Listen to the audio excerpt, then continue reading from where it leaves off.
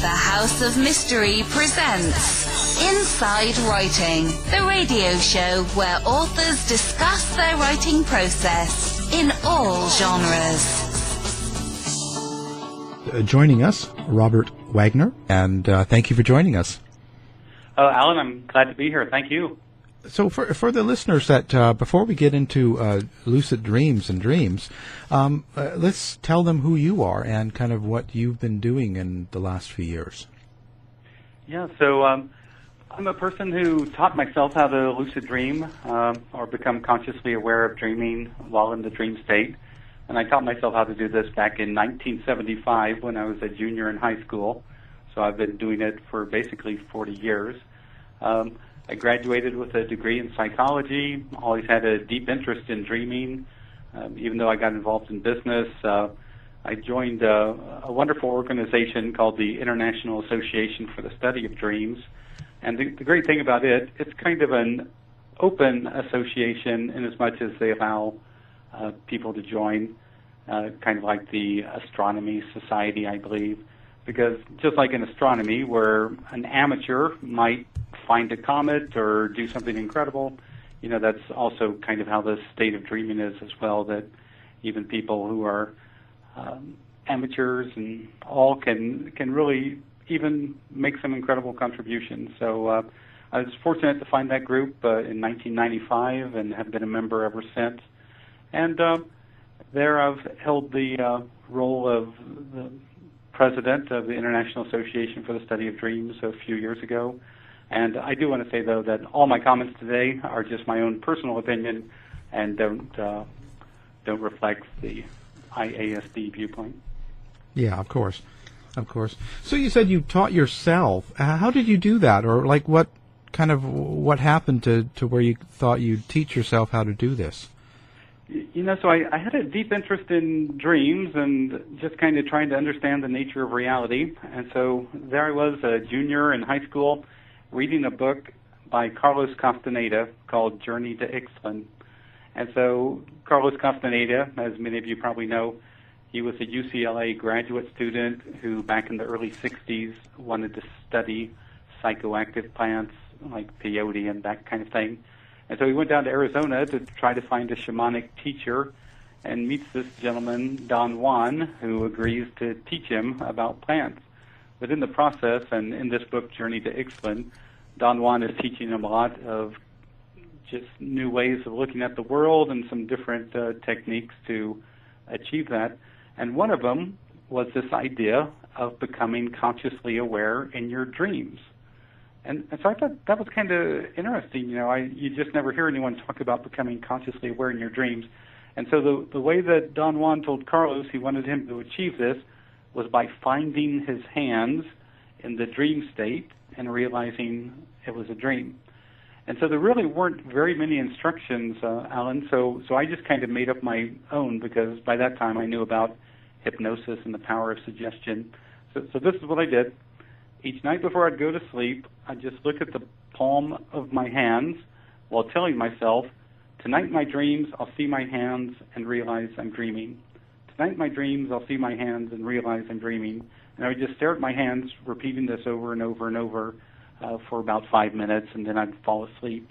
And so when I'd wake up in the night, I'd try to remember if I'd seen my hands in the dream. Anyway, 3 nights of doing this before I went to sleep. On the third night, I'm walking through my high school hallway when all of a sudden, just kaboom, my hands popped right in front of my face. And I couldn't believe it. I saw my hands and I go, oh my God, this is a dream. This is, you know, these guys over here that look like football players, they're dream figures. And there's a wall over here that I touched that felt so cool and nubby. You know, it's made of dream stuff. And I went on and had an incredible lucid dream that went on for a number of minutes afterwards. And after that, I was just totally hooked on this thing of lucid dreaming or becoming consciously aware in the dream state. Right. Well, so we don't get ahead.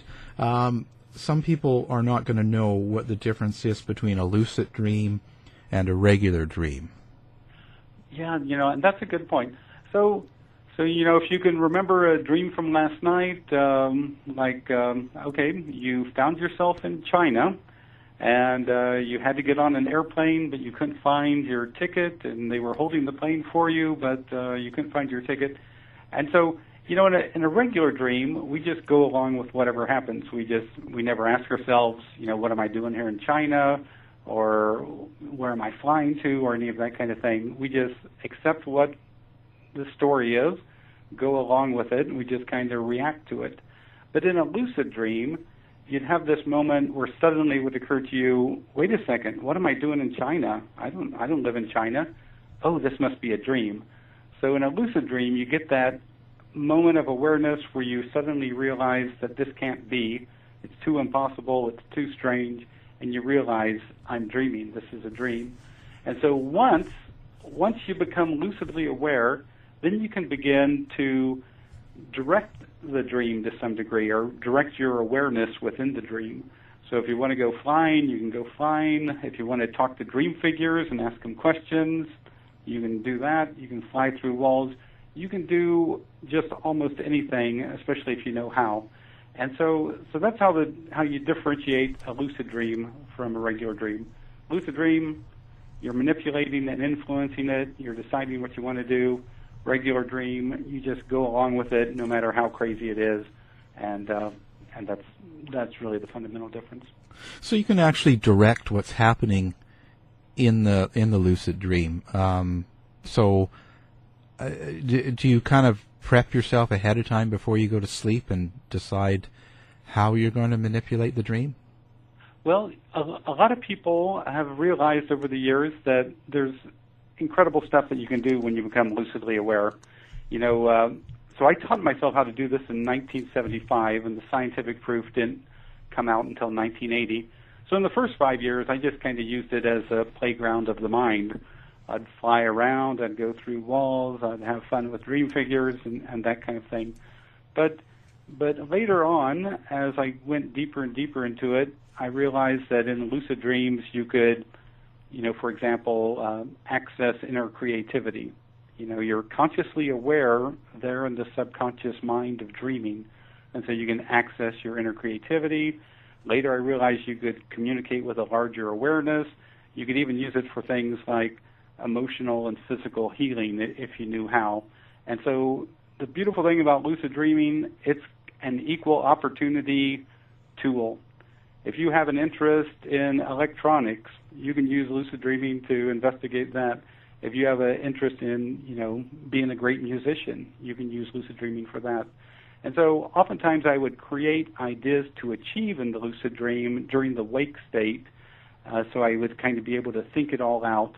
Because when you become consciously aware in the lucid dream, sometimes your thinking isn't as clear necessarily as it is when you're awake. And so sometimes you would make up experiments in the lucid dream state that weren't really very valid ones. So it's much better to make it up when you're consciously aware in the waking state, and then you can remember what the experiment was and conduct it in the lucid dream. So literally, sometimes I'd have a plan to achieve when I would become lucid, but other times I'd just wing it and see what came.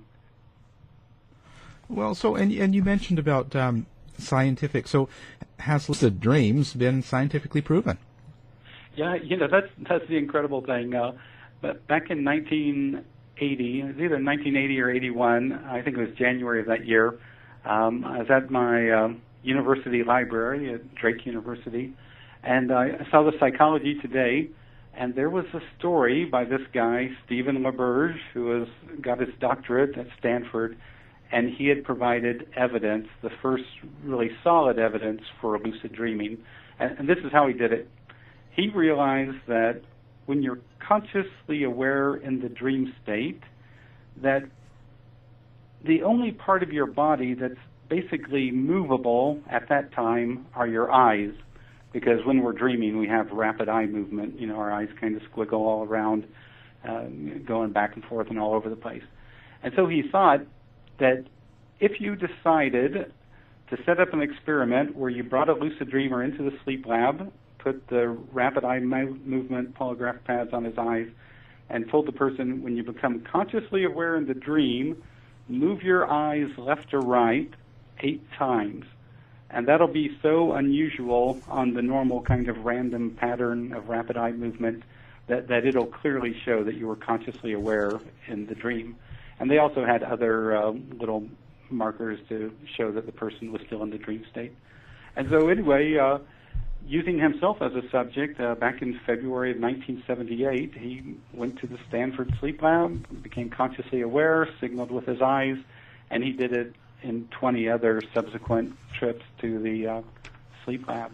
And so this, at first, people could barely believe this because lucid dreaming has been talked about for thousands of years.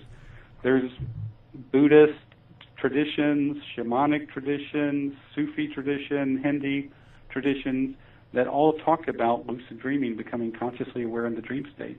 But no one had ever been able to prove it. But when he had this irrefutable rapid eye movement polygraph pad printout that showed consciously being aware, moving your eyes, signaling, it just truly was an epic achievement. And so that came out in 1980, but I had taught myself how to do this in 1975. And so it was great for me to see this because now I could tell my friends, that I wasn't joking, and here's the scientific evidence behind it. Wow. And actually, it's used today, isn't it? There's practical uses to lucid dreaming, right?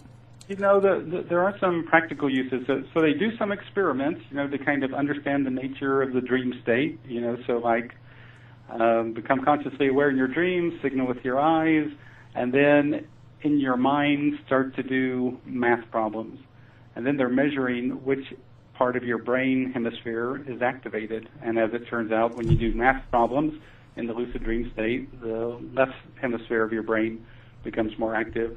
And if you do music in your lucid dream state, the right hemisphere of your brain becomes more active, just like it does in waking reality. And so you can do experiments, but you can also, to understand the nature of dreaming, but you can also use it for something that I think is really important, and that's basically emotional healing. For example, some therapists have used lucid dreaming as a way to help people who have post-traumatic stress disorder, or PTSD. So one of the common symptoms of PTSD is recurring nightmares. Somebody's either been to war or had some horrible event happen in their personal life, and it's almost like every night they'll have the same dream over and over of the horrific event or some symbolic version of the horrific event. And so when you learn to become consciously aware, the therapists teach the people, this incident only occurs in your dream state now. It's a recurring thing, so the next time you see it getting ready to happen, when all the conditions are right, stop for a second and think, this is a dream, I'm dreaming this. And normally, when the person becomes consciously aware in that recurring nightmare just once, normally the recurring nightmares basically cease. I remember I do a magazine called The Lucid Dreaming Experience and interviewed a woman who had been a mechanic for Boeing jets, big 757s and all. Right. And one time she was working on a Boeing 757 and it broke free from its moorings and rolled across her legs.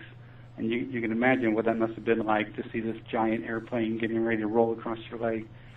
She said she was in the hospital for 6.5 months. They had to amputate one of her legs.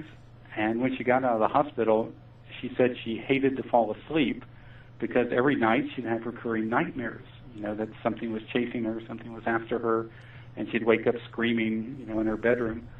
So she got a book on lucid dreaming and just happened to be reading it and realized that, maybe this could help. And so within the week or so, she was having that same recurring nightmare of being chased. And then it occurred to her, wait a second, I only have one leg. How can I be chased? How can I be running like this? And then she realized she was lucid dreaming. She turned and faced the monster, and she just looked at it and said, bye, and took off flying.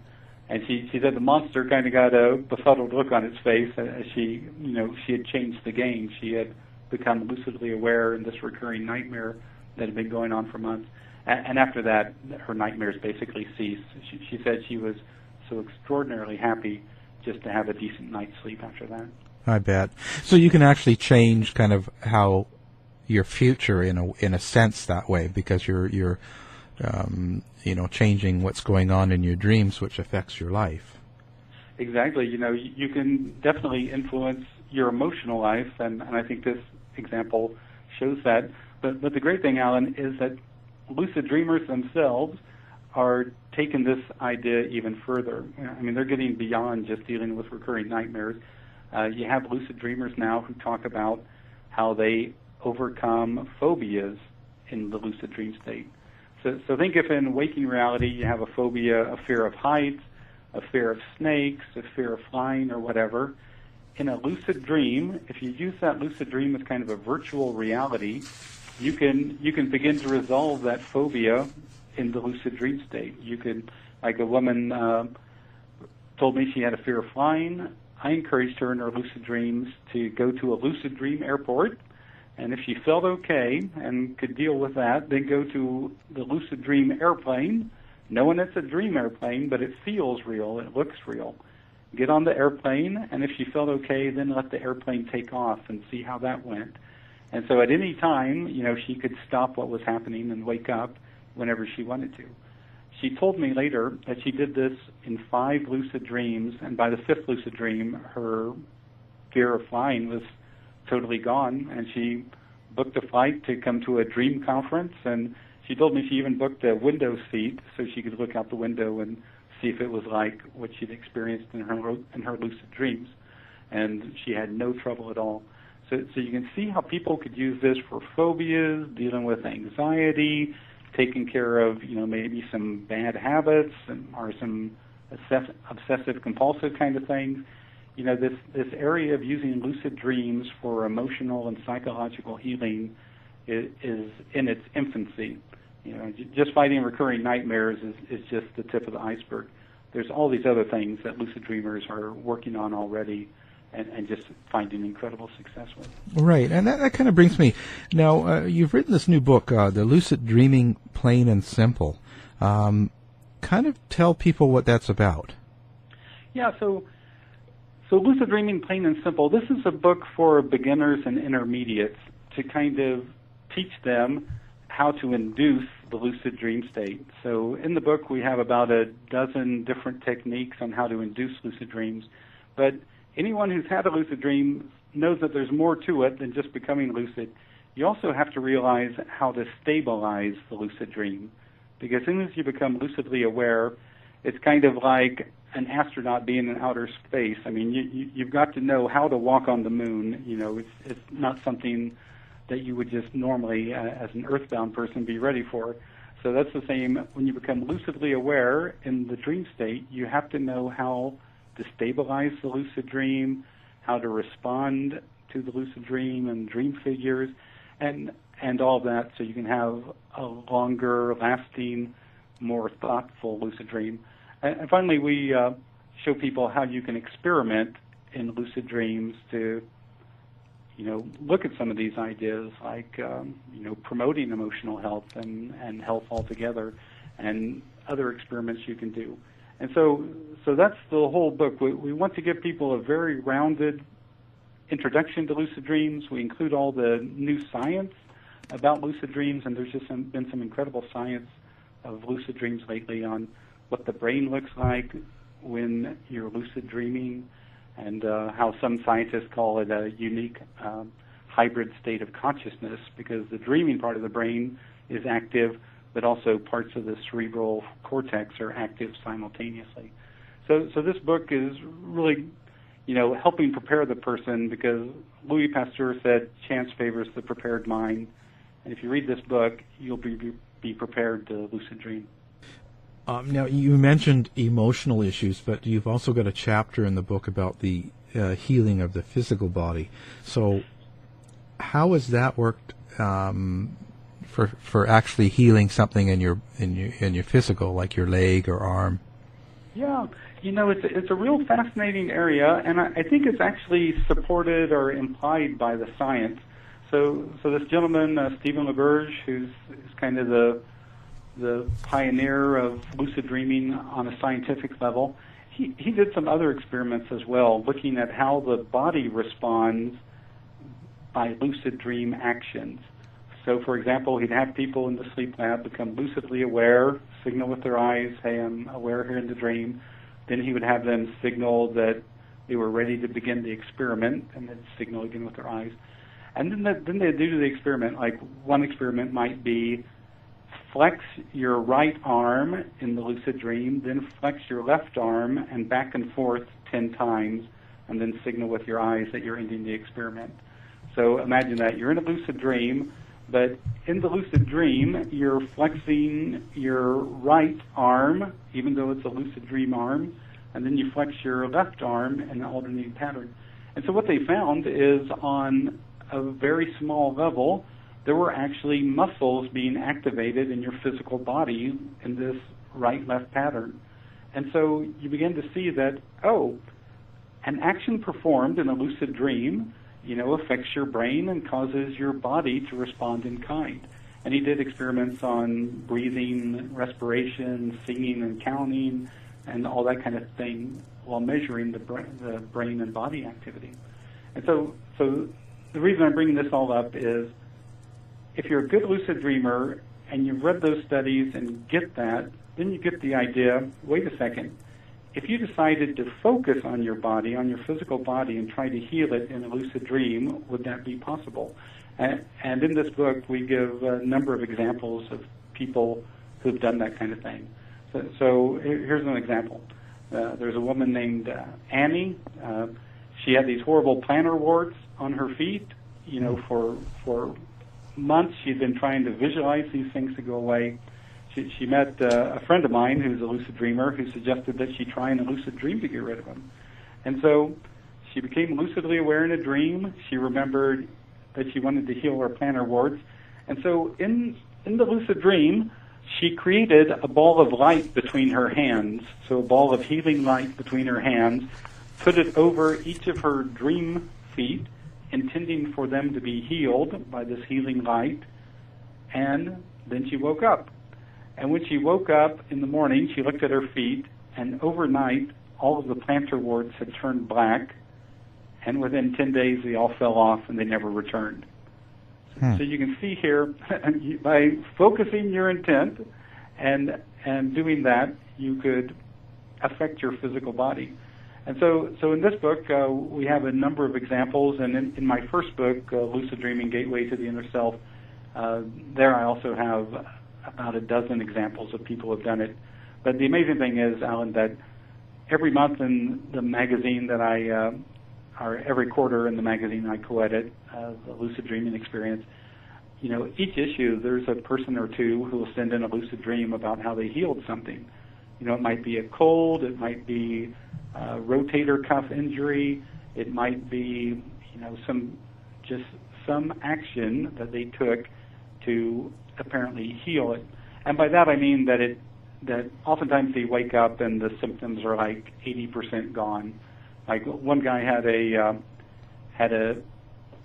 think he had an infected tooth or an infected gum, and his jaw just really hurt. He said in the lucid dream, he projected healing energy onto it, and when he woke up, he said it was like someone had given him 2 shots of Novocaine. He said basically the pain was all gone. It took the swelling to go down, another day or so, but he said the pain was gone, and it just shocked him that the mind-body interaction could be that powerful. Wow.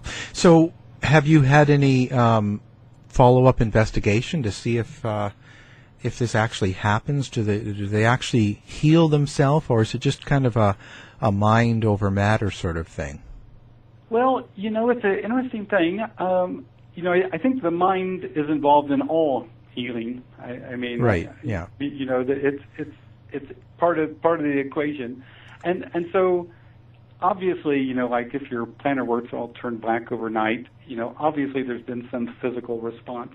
But the wonderful thing about this, and the wonderful thing about lucid dreaming as a scientifically validated state of being, is that the medical establishment could easily do a lucid dream research. So you might get 20 people, let's say they all have plantar warts, or 20 people who have some sort of skin ailment that just can't be treated very successfully by current technology or current pharmaceutical products. Right. So you teach half of them how to lucid dream, teach half of them, these ideas about how you go about healing in the lucid dream state, and then you let the other 10 be the control group. And you come back 6 months or 9 months or a year later and see which ones have made the changes. That would be one way of just doing a very simple experiment. But the amazing thing is that when you look at pharmaceutical studies now, they're having problem with the placebo effect. That when they give a placebo to people, so often it's almost as powerful as the drug they concocted. And in fact, I think I've read studies that the placebo effect is actually getting bigger and bigger, especially as people believe in the pharmaceutical industry more, that now the pharmaceutical industry is having a hard time beating the placebo effect. And so the placebo effect can make a profound change on the physical body just by that kind of belief and focus that, I've taken something and now this is going to get better. But when you're consciously aware in the dream state, one thing that the Buddhists say is that an action performed at that level is normally 7 times more powerful than one performed at the waking level. And I think what they're trying to say is that when you're consciously aware at a deep level in the unconscious, and so a deep level like lucid dreaming, that once you focus your intent, know how to focus it on healing, know the proper approach to take that we outline in our book, that then you're much more likely to have success than if you tried to do the same thing at the waking level. Because in the waking level, part of your mind is thinking, I got to pick up the kids at 4, I got to get the dinner going, got to do this, that, and the other. Yeah, lots so of you interference. have kind of a divided mind. Yeah. So the wonderful thing is you could explore this scientifically, and also you can explore it personally in your own state. But I've had just so many emails from people who've told me they've had success with this. But there are tips about this that are important to follow, and like one of them is that unconscious mind is very specific regarding the word choice of your intent. So in the book, my co-author, Caroline McCready in London, tells this story that she was suffering this horrible cold and, was all stuffed up and had a runny nose. But the thing that really bugged her was her sore throat. It just hurt so much. She became lucidly aware. She remembered she wanted to get rid of that. And so she announced that now my throat is being healed. I see my throat healed. She said when she woke up, it was like 90% of the pain had gone away. Her throat felt so much better, but she still had all the other symptoms of the cold, the runny nose, and the sinuses and all that.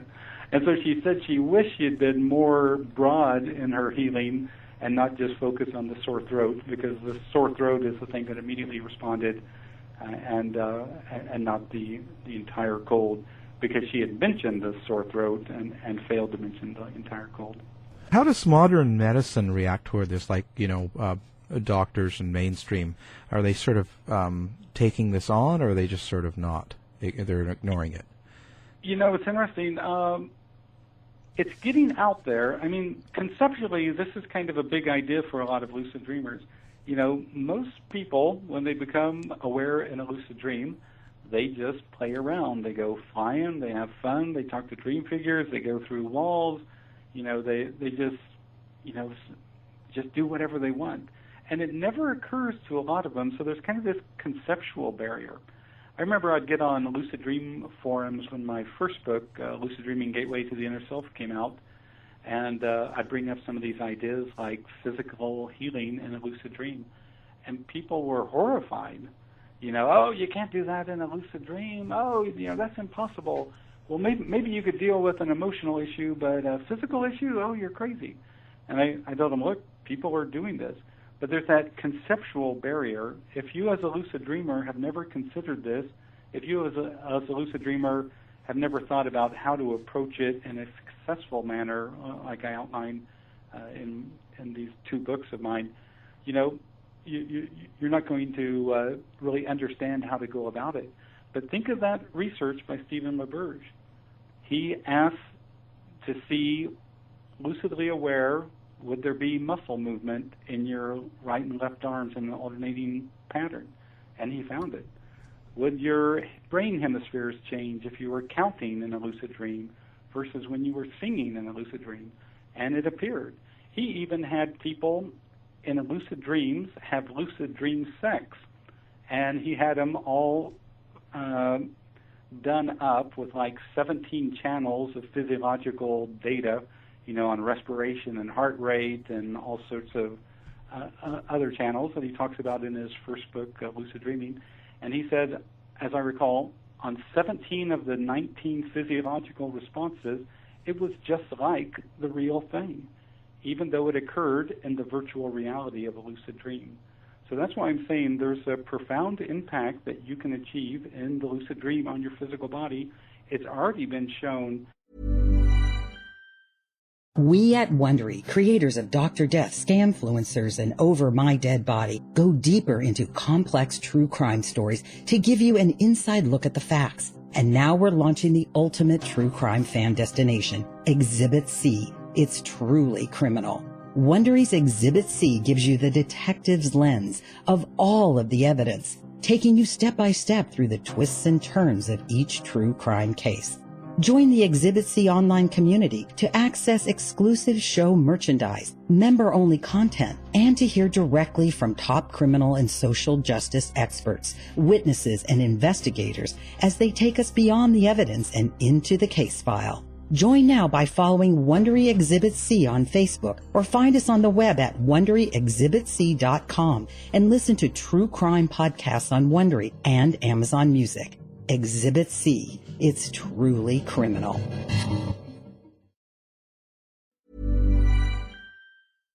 But medical doctors, in terms of doing it yet, I don't think they've heard about it or got into the idea about it. I mean, I'm still having a time convincing lucid dreamers to give it a try. But I do think, that sometime here in the next 5 years or something, somebody's going to begin to explore this.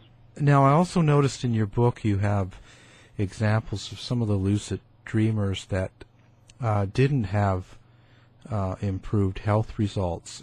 Is there something that they're doing, I don't want to say wrong, but is there something that's just not happening in their dreams? Yeah, it's interesting because I think you also have to look at the examples of failure in order to understand the examples of successes. I mean, that's just a common sense idea. And so when people started sending me their examples where there was no physical improvement, it quickly became obvious what the difference was. So when you succeed, normally you act on your intent directly. So if you want to heal your foot of plantar warts, you create a ball of healing light and put it over your feet. Or you do something similar where you act directly. The people who failed, they didn't act directly. This is what they would do. They would become lucidly aware, and they would go to find the lucid dream doctor. And when they would find the lucid dream doctor, they would ask the lucid dream doctor to help them. And one woman, when she did this, she asked the lucid dream doctor for help. He said, look, it's Friday, it's 5 p.m., you always come here when I'm getting ready to leave. And so she started yelling at him, hey, you're a doctor, you're supposed to help heal me. And he said, okay, why don't you start eating this? And she said, oh, no, I couldn't eat that. That upsets my stomach. And so he started walking away. Then she started talking to the lucid dream nurse. And the nurse suggested, well, maybe you should add this to your diet. And she said, oh, no, I don't care for that. And so it was interesting.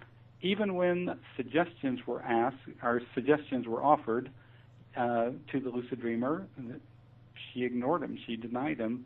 And she just went chasing and screaming at the lucid dream doctor.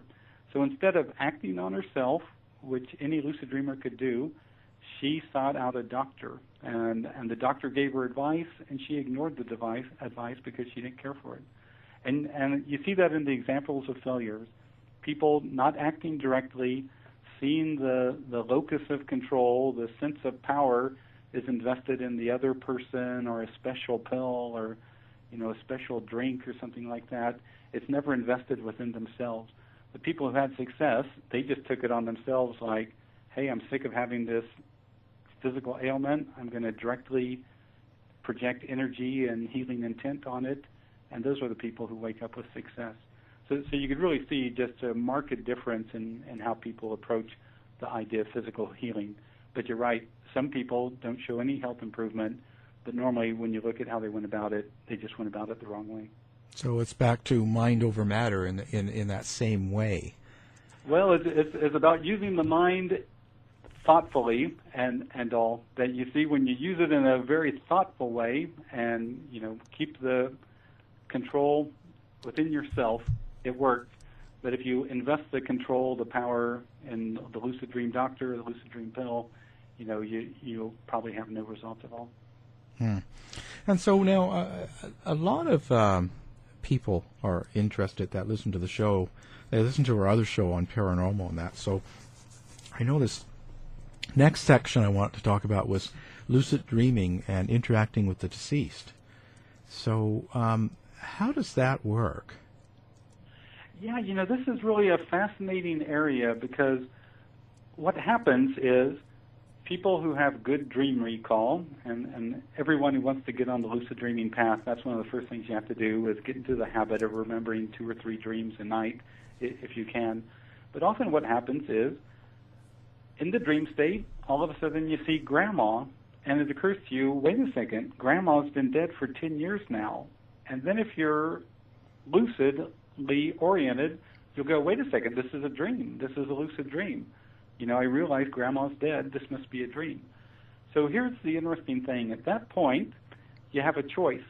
Because it's your lucid dream and you can kind of direct it as you wish, some people go flying away. They'll fly away, have fun, do whatever they want. But other people will have an interest in what's grandma doing in my lucid dream. And then you can go and interact with that dream figure. Now, the funny thing is, you have to decide, am I dealing with a dream figure, a symbolic projection of myself, or am I dealing with, the spiritual essence of somebody? And that's something that I talk a little bit about in my books. I'll give you an example, if you'd like, of how I resolve that. Yeah. So back in '97, my father passed away, and about 3 months after he passed away, I thought, okay, I'm going to go visit him in a lucid dream. I became lucidly aware. I went in search of my father, and it was really interesting. All of the dream figures told me that this was a horribly bad idea, and that it wasn't the time yet to go search out Dad. And so I listened to the dream figures and had an interesting lucid dream. So about 3 years later then, one night I'm having a dream, and I see this ladder, and coming down the ladder is my father. And the first thing I started to do was laugh because I knew it was a dream, but I realized that he had such a bad haircut. And I thought, this poor guy can't even get a good haircut in the after-death state. but as I thought about that, it occurred to me, well, wait a second. Is this my father as a spiritual being who's been passed away for a few years? Or is this my father just a projection, just a dream figure, a symbolic projection of myself? And that's when I realized that there's a way of resolving this. So we greeted each other, and then I said to my dad, I said, so Dad, you're from the land of the dead. When do you think Mom's going to pass away? And he looked at me really seriously, and he said, oh, probably in 2 to 6 years. And so then I asked, of what? What will she pass away of? And he said, a heart condition. And that really surprised me because my mom had never, ever had any heart problems. And then I asked him a couple more questions, and finally he told me to be quiet because he had come to tell me things, and he told me some things that had to do with the family and things to be on the watch for. So anyway, when I woke up, I wrote down the lucid dream, and I thought, well, I have to wait 2 years to see if this was really my father or not. 23 months later, almost 2 years exactly, my mom went to the hospital and almost died of a heart condition.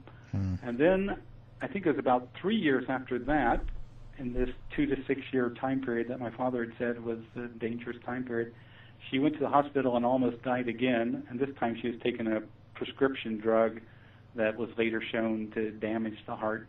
and she almost died again, but she made it through that one. So in any case, when you have that kind of interaction, so I'm not saying every deceased person just naturally knows the future, but when you ask the question, that has to do with family matters, they're probably more likely to have some insight into family matters. You could ask them something like, what was the name of your first girlfriend when you were in high school, or something like that. And then you could ask the surviving aunts and uncles or whomever, this is what I heard in the lucid dream, is that true? And they all might start laughing because, of course, you got the right answer. But that's how interesting this issue is. You become lucidly aware oftentimes when you see a deceased person.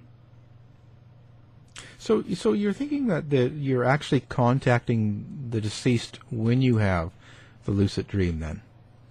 Well, I think there's a way, again, that you can determine whether it's just a symbolic projection, kind of like a cast of characters, like Hollywood, the 1,000 cast of characters, or if it's truly the person. For example, if you were having a dream that it was Thanksgiving and all of a sudden in the corner you saw Grandma, Grandma might be there because you're having a dream about Thanksgiving and she's associated with Thanksgiving because she always cooked up Thanksgiving for everybody. There it might be a projection.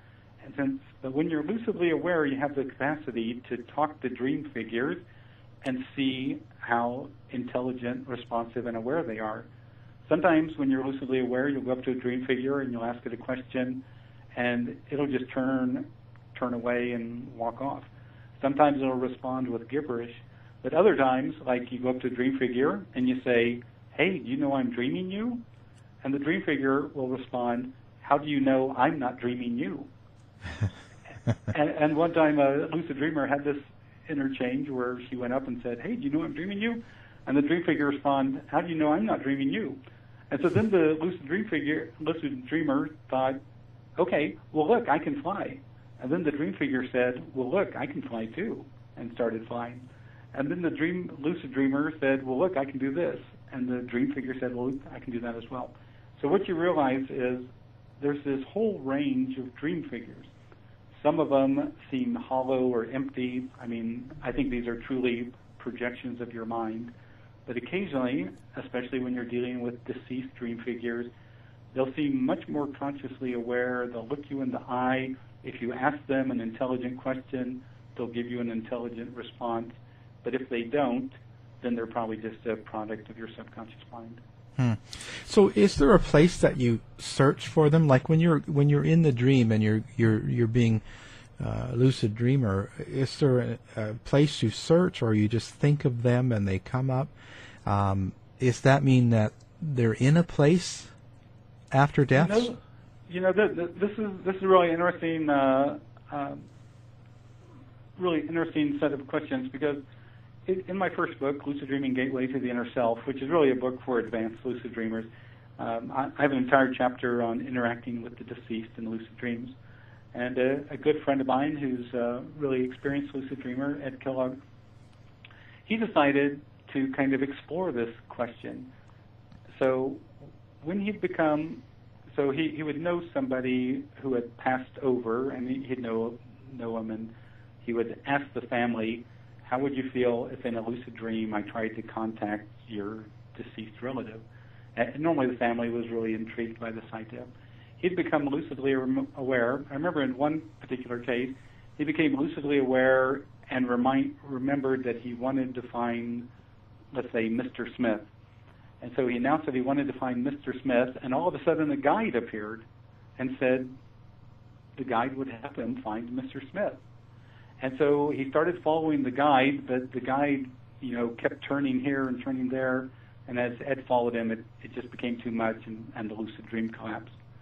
Well, a few nights later, he became lucidly aware again and remembered his interest in finding Mr. Smith. And who's there? It's the guide from the first lucid dream. And so the guide said, I'll take you there. And so this time I think Ed convinced him to make it quick so he could maintain his lucid awareness. He gets there, he finds Mr. Smith, but he doesn't find Mr. Smith, the 80-year-old guy. He finds Mr. Smith at age 35, and at that time he has bushy curly hair and big sunglasses, like people used to wear, back in the 70s, and a real heavy-duty tan. And he's basically surrounded by all the stuff that he loved when he was a younger guy. And he and Ed have a conversation, and, Ed's paying attention to the questions he's asking and their comments and all, and Ed wakes up. Ed says he writes down the entire lucid dream, he presents it to the family, and the family cracks up. They tell Ed, oh, you don't know this because you only knew him when he was 70 or 80, but when he was a young guy, he used to get his hair permed, and he had this, kind of big bushy fro. And also he had a great suntan, and he had these giant, sunglasses, just like you described. And all that stuff that was on his desk, he used to play around with that stuff when he was a young guy. He had an incredible fascination, with whatever it was. And so it's interesting. You could, because lucid dreamers can experiment in a lucid dream, you could actually conduct a parapsychological experiment to investigate this kind of thing. Have lucid dreamers go in search of the deceased and learn things about him and wake up and then have them validated, just like Ed did in this particular case. It's really fascinating, this issue of interacting with the deceased in a lucid dream. Because obviously, if you talk to 100 people who pay attention to their dreams, when they have a loved one pass away, oftentimes a lot of them will have dreams before that occurs, that the loved one's going to pass away. And then after the loved one passes away, they'll just have normal dreams in which the deceased come and says, goodbye, or I'm doing fine, or tell mother to remember to do X, Y, Z, or whatever it is. That's a very common, that kind of visitation dream is very common in just regular dream literature. But the beautiful thing about a lucid dream, you're aware, that this is a dream, and then you can have a face-to-face conversation and sometimes learn things that there's no way that your mind ever knew. Wow, that's pretty amazing, actually. Pretty interested in that. And what can you tell us about searching or finding people that are alive, like doing shared dreams, both dreaming of each other, and people that don't even know each other that do that?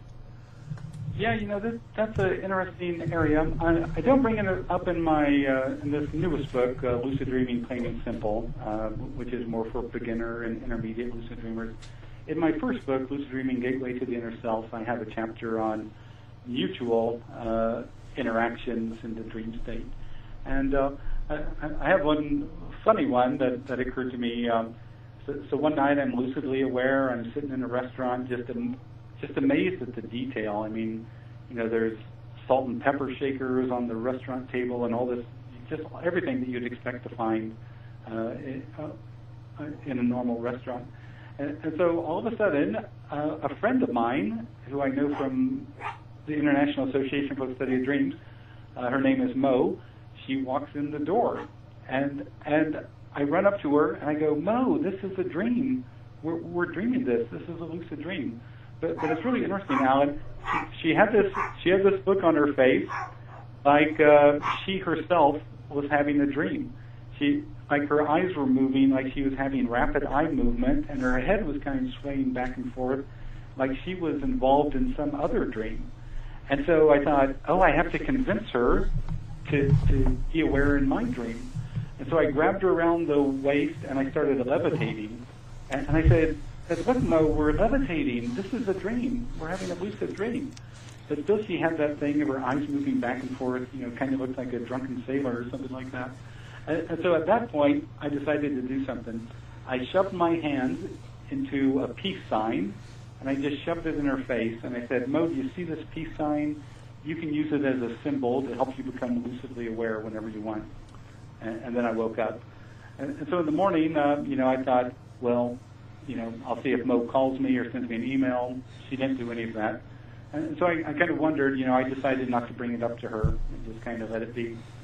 So 3 months later, I'm out in the Bay Area where Mo lives, and I had some free time on my business trip, and so I called her up and asked her if she wanted to meet for lunch.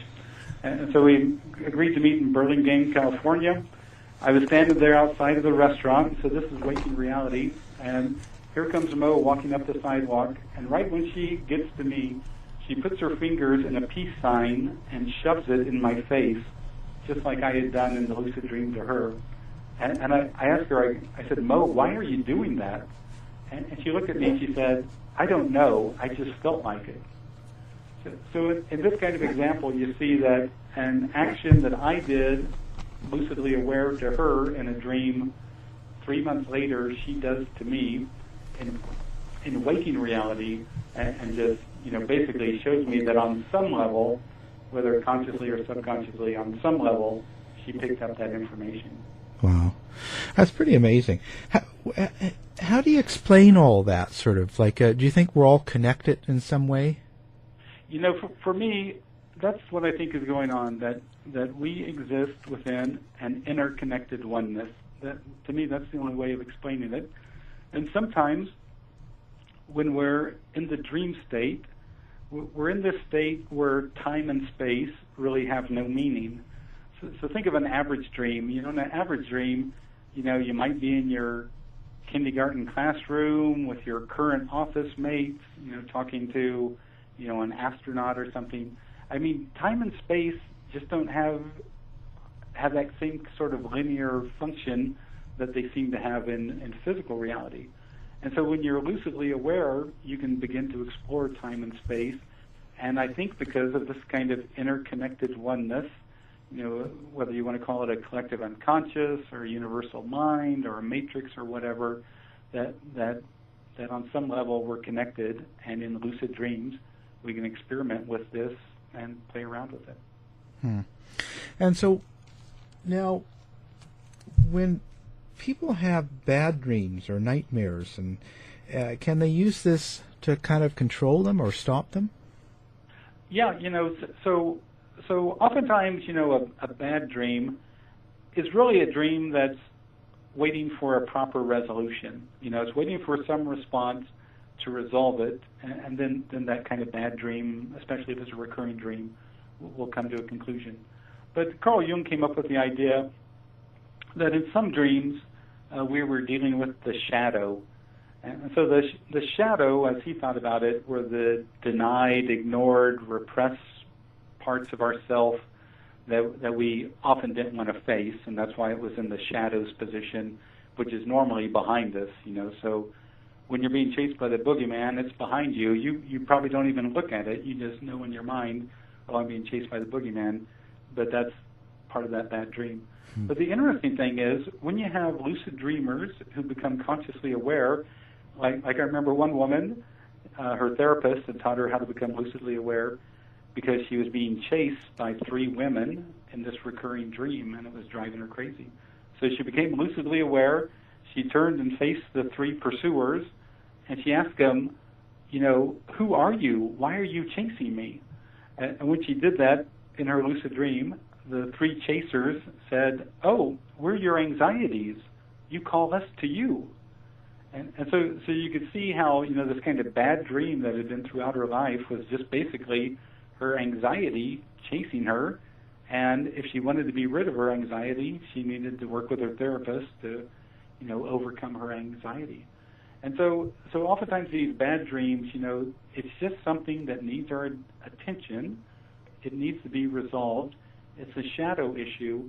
And the beautiful thing, once you resolve it, and I've seen this happen in lucid dreams, is oftentimes the best way in a lucid dream of interacting with a negative figure or an angry, destructive figure is just to project love and compassion and understanding from your heart. And so, imagine this. One time I saw a black Rottweiler in my lucid dream. It's snarling at me. It looks like it's going to attack me. But then I thought, I'm just going to project love and compassion on it. And as I did, it began to shrink down. And as it shrank down, I think finally it became a dachshund like we had when I was a kid, a little wiener dog. And I picked it up and took it flying around the dreamscape. And so you realize that in a lucid dream, you can resolve some of this inner emotional energy. It might be your fear of failure. It might be, your anger at, something that happened to you in your life. but it's being projected out there by your mind in the dream state. And if you become lucidly aware, you finally have a chance where you can resolve it. And I've seen people resolve this and just gain incredible energy back once they resolve these issues. Yeah. Is there some sort of steps that people should take when they're starting to do this or starting to dream and be aware, like you said, to write down, to remember and stuff? Is there something in particular they should do? Right, yeah. So the first thing, of course, is becoming aware of your dreams, because you're not going to become a lucid dreamer if you don't have pretty good dream recall. And so keeping a dream journal by your bed. Sometimes in the middle of the night when I wake up, I don't write out the entire dream. What I do instead is I'll just write down a few notes, so in the morning I can remember what the dream was about. And sometimes people who sleep by themselves, they'll use a voice-activated recorder or talking to their cell phone or whatever, and just get it down that way. But by remembering your dreams, you have a much greater chance of remembering your lucid dreams. Then for a lot of people, it's taking one of these techniques. So like in our book, there's about a dozen techniques on how to become lucidly aware. And using one of these techniques, normally I encourage people to use them for 3 or 4 weeks. You have to use it for 3 or 4 weeks in order to really get it. But then, as soon as you become lucidly aware, I encourage people kind of a 4-step process. The first thing you got to do is modulate your emotions. Normally people get so excited when they become lucidly aware that if they get too excited, they just automatically pop out. And so you can't be too excited. You've got to look at your hands to stabilize the dream, look at the ground to stabilize your dream, tell yourself to calm down, because if you get too excited, you'll normally pop out. Then I encourage people to enhance their awareness. So you might want to rub your hands together in the lucid dream to kind of activate that kinesthetic physical sense in the lucid dream, or touch something to kind of ground yourself in the lucid dream. You might want to shout out, just like some people do with OBEs and astral projection. They'll shout out, "Greater clarity now," or "More awareness now." And what's funny, in a lucid dream, when you shout that out, oftentimes what will happen, it's like somebody turns up the light in the lucid dream. All of a sudden, if it was like at 30 watts, now it's at 80 watts when you shout out "Greater clarity now." And so once you modulate your emotions, kind of enhance your awareness, then the really important thing, and I give a lot of tips in my book, how to maintain your focus. Because just because you're aware in the lucid dream doesn't mean you're going to stay in that steady state, for the next 10 minutes. You have to be sure that you don't get re-entranced by the dream and get just returned to regular dreaming. Because as you begin to interact with the dream, it can become so interesting and fascinating that if you forget that it's a lucid dream, you'll just return to regular dreaming. So on all of that, we give lots of tips and techniques to help people become lucid, stabilize that lucid dream, and then also explore and experiment in some of these more profound areas. Yeah, it's fascinating. Just got your recent book, and I highly recommend it. And now I'm very interested in your first book. So let's talk about how people can get a hold of you and learn more about any of the speaking events or any workshops or anything you've got going on. Yeah, so my main book website is lucidadvice.com, so that's one word, lucidadvice.com. And there they can read about the books. There's even a place where people can submit questions that I'll respond to, especially if they're about lucid dreams. I just don't want to respond about any question, but lucid dreams I'll respond to. And then I also have a online magazine called the Lucid Dreaming Experience that I've been co-editing for, 15 years now. A good friend of mine created this quarterly magazine, the Lucid Dreaming Experience. Basically in every issue, I interview an experienced lucid dreamer because it's so fascinating. Everyone has their different focus. Some people use lucid dreaming to become better artists. Some people use lucid dreaming, to explore the nature of space and time. Some people use it, to heal themselves or their emotional self. And so I interview people. There's articles. There's reader-submitted lucid dreams, and it's really a fascinating magazine. But if you go to luciddreammagazine.com, you can see all the incredible lucid dreams there.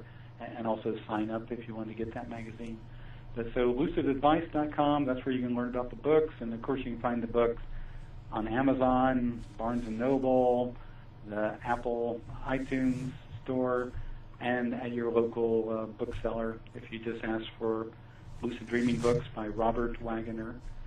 Finally, I did want to mention that here in March, let me see when that'll be, March 20th, 2015, I'll be at the East West Bookshop in Mountain View, California. And on Friday, I'll give a free talk. And then on Saturday, I'll have a workshop for beginners. And on Sunday, a workshop for advanced people. And the workshops, of course, cost something. Then April 25th, I'll be in New York City with the International Association for the Study of Dreams, giving a talk. And then on April 26th, I'll be in New York City with Evolver.net or evolver.com is having me do a workshop. And then in May, I'll be in Seattle giving some talks at Evergreen State College and University of Washington Basel. And so the beautiful thing about lucid dreaming has been scientifically validated, but you have to really open up your mind and conceptually explore. And that's why I wrote a book, is because I'd been lucid dreaming for 35, 40 years when I started to write books, and I just felt like by that time I had a lot of experience and could help this new generation of lucid dreamers really get the most possible out of it. Fantastic. We'll also have all that linked to our website, and also post a link to purchase your book. It's been a pleasure, and I hope to have you back again. Okay, it's been a lot of fun too, and I'll tell you, lucid dreaming is a revolutionary psychological tool. You know, the scientific evidence came out in 1980, but we're getting to lucid dreaming 2.0 now, where people are starting to figure out how you can really use this not only to influence and better your life, but also explore the nature of consciousness, the nature of the mind, the nature of the psyche. And so I'm really excited to be part of this lucid dreaming revolution. Fantastic. Thank you very much. You can listen to us anytime, anywhere now. Download our free app now for the iPhone and iPad. Look for the Warren Exchange or House of Mystery app at the Apple App Store today. Show is over for now. Was it as good for you as it was for me? Well, good night. This has been a production of the Z-Talk Radio Network. I'll be back. You've been listening to the House of Mystery radio show. To find out more about our guests, hosts, or show, go to www.houseofmystery.com. Show's over for now. Was it as good for you as it was for me? Well, good night. This has been a production of Something Weird Media. I'll be back.